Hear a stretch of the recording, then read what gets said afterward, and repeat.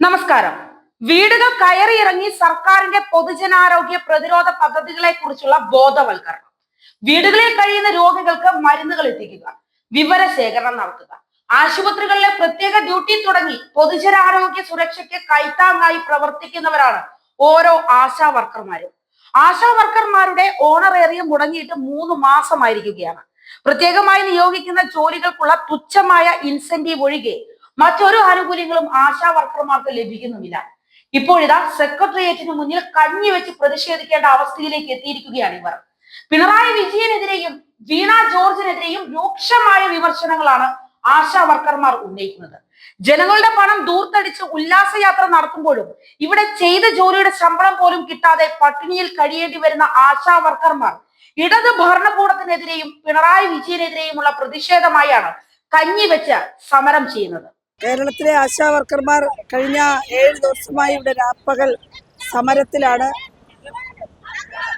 Honorarium വർദ്ധിപ്പിക്കുക, ഓണറേറിയത്തിൽ ഏർപ്പെടുത്തിയിരിക്കുന്ന മാനദണ്ഡം പിൻവലിക്കുക. 3 മാസമായി വേതനം മുടങ്ങിയിട്ട് ഒരു ദിവസം 223 രൂപയാണ് ഓണറേറിയമായിട്ട് കിട്ടിക്കൊണ്ടിരിക്കുന്നത്. അതുപോലും 3 മാസമായി മുടങ്ങിയിരിക്കുകയാണ്. അക്ഷരാർത്ഥത്തിൽ ആശാ വർക്കർമാർ പട്ടിണിയിലാണ്. ബഹുഭൂരിപക്ഷം ആളുകൾ ദരിദ്രരും അതുപോലെ തന്നെ വിധവകളും വാടകയ്ക്ക് താമസിക്കുന്ന ആളുകളാണ്.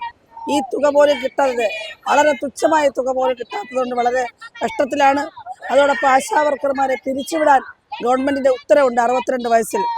ഈ സമൂഹത്തിന് വേണ്ടി ആരോഗ്യ പ്രവർത്തന രംഗത്ത് പ്രവർത്തിച്ചിട്ട് 1 രൂപ പോലും കൊടുക്കാതെ പിരിച്ചുവിടാൻ തീരുമാനിച്ചിരിക്കുന്നതിന് ശക്തമായ പ്രതിഷേധത്തിലാണ്. ആ ഉത്തരവ് പിൻവലിക്കണം.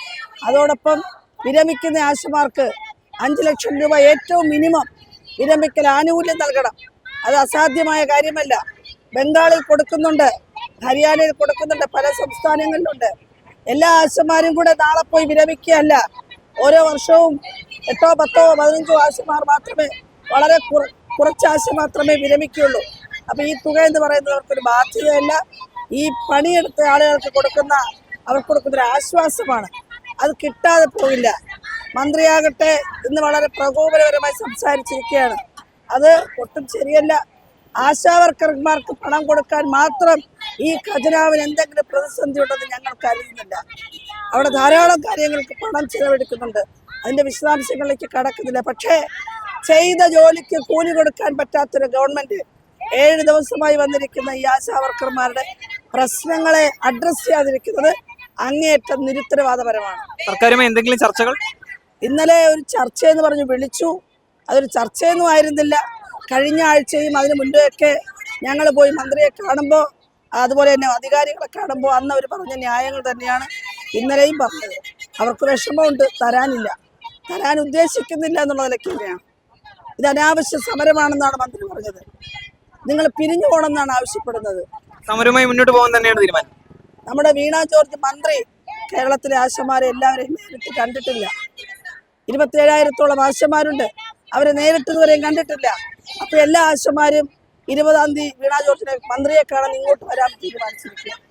മന്ത്രിയെ കാണാൻ വരും 27,000-ഓളം ആശമാർ. കോവിഡ് കാലത്തൊക്കെ ഞങ്ങൾ നല്ലോണം കഷ്ടപ്പെട്ടു. പക്ഷേ ഞങ്ങൾക്കൊരു അഭിമാനം എന്ന് ഉള്ള ഒരു വാക്ക് മാത്രം, എന്ന് വെച്ചാൽ പോരാളികൾ എന്നുള്ള ആ ഒരു ഇത് മാത്രമേ ഞങ്ങൾക്ക് തന്നിട്ടുള്ളൂ. പക്ഷേ അതിന് ഞങ്ങൾക്ക് വേതനമായിട്ട് ഒന്നും തന്നിട്ടില്ല. ഈ കിട്ടുന്ന വേതനം പോലും ഞങ്ങൾക്ക് കറക്റ്റായിട്ട് തരാറില്ല. ഇന്ന് എവിടെ പോയി ജോലി ചെയ്തിരുന്നാലും 500 രൂപയിൽ കുറയാത്ത വേതനമുണ്ട്. ഞങ്ങൾക്കെന്ന് വെച്ചാൽ ഒരു ദിവസം 230 രൂപ വെച്ചാണ്. അത് 7,000 രൂപ. 7,000 രൂപ കൊണ്ട് ഒരു കുടുംബം എങ്ങനെ പുലരും? നമ്മുടെ ഈ കൂട്ടത്തിൽ വിധവകളുണ്ട്, പിന്നെ പഠനം ഉള്ള മക്കളുണ്ട്, വാടകയ്ക്ക് താമസിക്കുന്നവർ, അങ്ങനെ അസുഖബാധിതരായ രക്ഷിതാക്കളുള്ള കുടുംബങ്ങളുണ്ട്. ഈ 7,000 രൂപ കൊണ്ട് ഞങ്ങൾ എങ്ങനെ ജീവിക്കും? ഈ സർക്കാർ അതിന് എന്ന് വെച്ചാൽ ഒരു മാനുഷിക പരിഗണന പോലും തരാത്ത ഒരു സർക്കാർ. ഞങ്ങൾ എന്തായിരുന്നാലും ഇതിനൊരു അവസാനം കണ്ടെത്തിയാൽ മാത്രമേ ഞങ്ങൾ ഇവിടെ നിന്ന് പോവുള്ളൂ. അതിന് എന്ത് വില കൊടുക്കേണ്ടി വന്നിരുന്നാലും ശരിയാണ്. ഞങ്ങൾക്ക് കിട്ടാനുള്ള വേതനം ഞങ്ങൾ വാങ്ങിയിട്ടേ പോവുള്ളൂ. പിന്നെ 62 വയസ്സ് കഴിഞ്ഞാൽ ഞങ്ങൾ ഇറങ്ങി അങ്ങ് പൊക്കോളണം. എന്നുവെച്ചാൽ പിരിച്ചു വിടുമ്പോഴത്തേക്ക് എവിടെയായിരുന്നാലും എന്തെങ്കിലും ഒരു തുക അവർക്ക് കൊടുത്ത് പിരിഞ്ഞു പോകും. എന്നുവെച്ചാൽ പിന്നെ അവർക്ക് ജീവിക്കണ്ടേ, അവരെ മക്കളെ നോക്കണ്ടേ. ഈ സർക്കാർ വെറുതെ അങ്ങ് ഞങ്ങളങ്ങനെ എന്ന് വെച്ചാൽ തെരുവിൽ വലിച്ചെറിയും പോലെ അങ്ങ് എറിഞ്ഞ് കളയുകയാണ് ചെയ്യണം. ഞങ്ങൾക്ക് വിരമിക്കൽ പ്രായമാകുമ്പോൾ 5 ലക്ഷം രൂപയിൽ കുറയാതെ ഒരു തുക ഞങ്ങൾക്ക് തരണം. പിന്നെ ഞങ്ങളെ സ്ഥിരപ്പെടുത്തണം, ഞങ്ങളുടെ വേതനം കൂട്ടണം. ഇതൊക്കെയാണ് ഞങ്ങളുടെ ഡിമാൻഡ് എന്ന് പറയുന്നത്. അത് ഒരു പിന്നെ അവരുടെ ഔദാര്യമല്ലേ ഞങ്ങൾ ചോദിക്കുന്നത്. ഞങ്ങൾ ചെയ്യുന്ന ഞങ്ങളുടെ കഷ്ടതയുടെ ഫലമാണ് ഞങ്ങൾക്ക് തുകയായിട്ട് തരാനായിട്ട് ആവശ്യപ്പെടുന്നത്. അല്ലാതെ സർക്കാർ വിചാരിക്കും പോലെ ഞങ്ങളില്ല അവരുടെ അടിമകളെ പോലെ വേല ചെയ്തോണം എന്ന് നിർബന്ധിതമായിട്ട് ഒന്നും പറയേണ്ട കാര്യമൊന്നുമില്ല. ഞങ്ങൾ കഷ്ടപ്പെടുന്നതിന്റെ കൂലി മാത്രമേ ഞങ്ങൾ ചോദിക്കുന്നുള്ളൂ. ചർച്ച തീർത്തും പരാജയമായിരുന്നു. ചർച്ച അവർ പരാജയമായിരുന്നു. അതുകൊണ്ട് ആ ചർച്ച പരാജയമായി എങ്കിലും ഞങ്ങൾ അത് നേടിയെടുത്തിട്ടേ ഞങ്ങൾ ഇവിടെ നിന്ന് പോവുള്ളൂ. ഞങ്ങളിന്ന് 7 ദിവസം കൊണ്ട് ഇവിടെ കിടക്കുന്നു. ഞങ്ങൾക്ക് കുടിശ്ശിക തരാനുള്ള 3 മാസത്തെ വേതനം തരാനുള്ള ഒരു മനസ്സ് പോലും അവർക്കുണ്ടായിട്ടില്ല.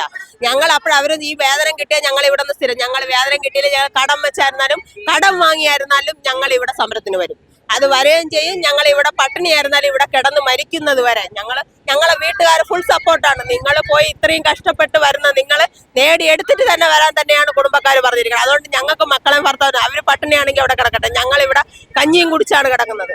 നമുക്കത് മതി. ഞങ്ങൾക്ക് കഞ്ഞിയായത് ഒരു നേരത്തെ കഞ്ഞിയെങ്കിലും ഇവിടെ വരുമ്പോൾ കിട്ടുന്നുണ്ട്. വീട്ടിൽ പല സഹോദരിമാരും ഭർത്താവില്ല, വിധവകളാണ്, വാടകയ്ക്ക് താമസിക്കുന്നവരാണ്, ജപ്തി നോട്ടീസ് വന്നിരിക്കുന്നവരുണ്ട്. പക്ഷെ അവരുടെയൊക്കെ കണ്ണുനീര് കാണണം. ഈ സർക്കാർ സ്ത്രീപക്ഷ സർക്കാരല്ലേ, സ്ത്രീയല്ലേ നമ്മുടെ ഒരു വിദ്യാഭ്യാസ ആരോഗ്യമന്ത്രിയായിട്ടിരിക്കുന്നത്. അവർക്ക് മനസ്സിലാവില്ല ഒരു സ്ത്രീയുടെ വേദന എന്താണെന്ന്. അത് മനസ്സിലാക്കാത്ത സ്ത്രീയാണോ ഈ ആരോഗ്യമന്ത്രിയായിട്ട് നമ്മൾ തിരഞ്ഞെടുത്തത്? ഞങ്ങൾക്ക് വേണ്ടിയിട്ട് എന്തൊക്കെയോ തന്നെന്ന് പറയുന്നത്, ഞങ്ങൾക്കൊന്നും കിട്ടുന്നില്ല. ഈ 7000 രൂപ പോലും മാസം തോറും തരുന്നില്ല. പിന്നെ ഞങ്ങൾ എങ്ങനെയാ ജീവിക്കുന്നത്? ഞങ്ങൾ കുറെ ആപ്പുകൾ ഞങ്ങൾ അടിച്ചേൽപ്പിച്ചിട്ടുണ്ട്, എന്നിട്ട് ഞങ്ങൾക്ക് വേതനവും ഇല്ല. ഈ ആപ്പുകളെല്ലാം ഞങ്ങൾ കറക്റ്റായിട്ട് ചെയ്തു കൊടുത്ത് ഇവർ അവിടെ എവിടെയൊക്കെ പോയി പിന്നെ മുതലാക്കുന്നത് മാത്രമല്ല, ഹെൽത്ത് വർക്കേഴ്സ് അല്ല ഹെൽത്ത് ഇങ്ങനെ പൊക്കി വെക്കാനുള്ള ഏക കാരണം എന്ന് പറഞ്ഞാൽ ഞങ്ങൾ തന്നെയാണ്. അത് ഞങ്ങൾ ധൈര്യപൂർവ്വം ഞങ്ങൾ അഭിമാനത്തോടുകൂടി തന്നെയാണ് പറയുന്നത്. നമ്പർ വൺ എന്ന് പല സ്ഥലത്തും പറയുന്നത് ഞങ്ങൾ ആരോഗ്യ മേഖലയിൽ നമ്പർ 1 ആയത് ഏറ്റവും കൂടുതൽ അടിസ്ഥാന വർഗത്തിൽ ജോലി ചെയ്യുന്ന, താഴേക്കിടയിൽ ജോലി ചെയ്യുന്ന നമ്മൾ കാരണമാണ് അവർ നമ്പർ 1 ആവണത്. അവർക്ക് എവിടെയെങ്കിലും പോകുമ്പോൾ കുറെ ട്രോഫികളോ അവാർഡുകളോ ഒക്കെ വാങ്ങുന്നല്ലോ കേരളം നമ്പർ 1 ആണെന്ന് പറഞ്ഞ്. അത് ഞങ്ങളുടെ കഷ്ടം, ഞങ്ങളുടെ വിയർപ്പാണ്. ഞങ്ങളെ എന്താ സാറേ പരിഗണിക്കാൻ ഇത്ര ബുദ്ധിമുട്ട് അവർക്ക്? അവരാരും ഫീൽഡ് തലത്തിൽ ഇറങ്ങുന്നില്ലല്ലോ. ആ ഫീൽഡ് തലത്തിൽ ഇറങ്ങി പാവപ്പെട്ട ഇന്ന് ഞങ്ങളെ വർക്ക് ചെയ്യുന്ന ഏരിയകളിലെല്ലാരും പുറം രാജ്യങ്ങളിലാണ് മക്കൾ നിൽക്കുന്നത്. അവരുടെ അമ്മമാര് ഒരാളിനെ കാണാൻ ആശ്രയിച്ചിരിക്കുമ്പോഴായിരിക്കും നമ്മൾ ആ വീട്ടിൽ ചെല്ലുന്നത്.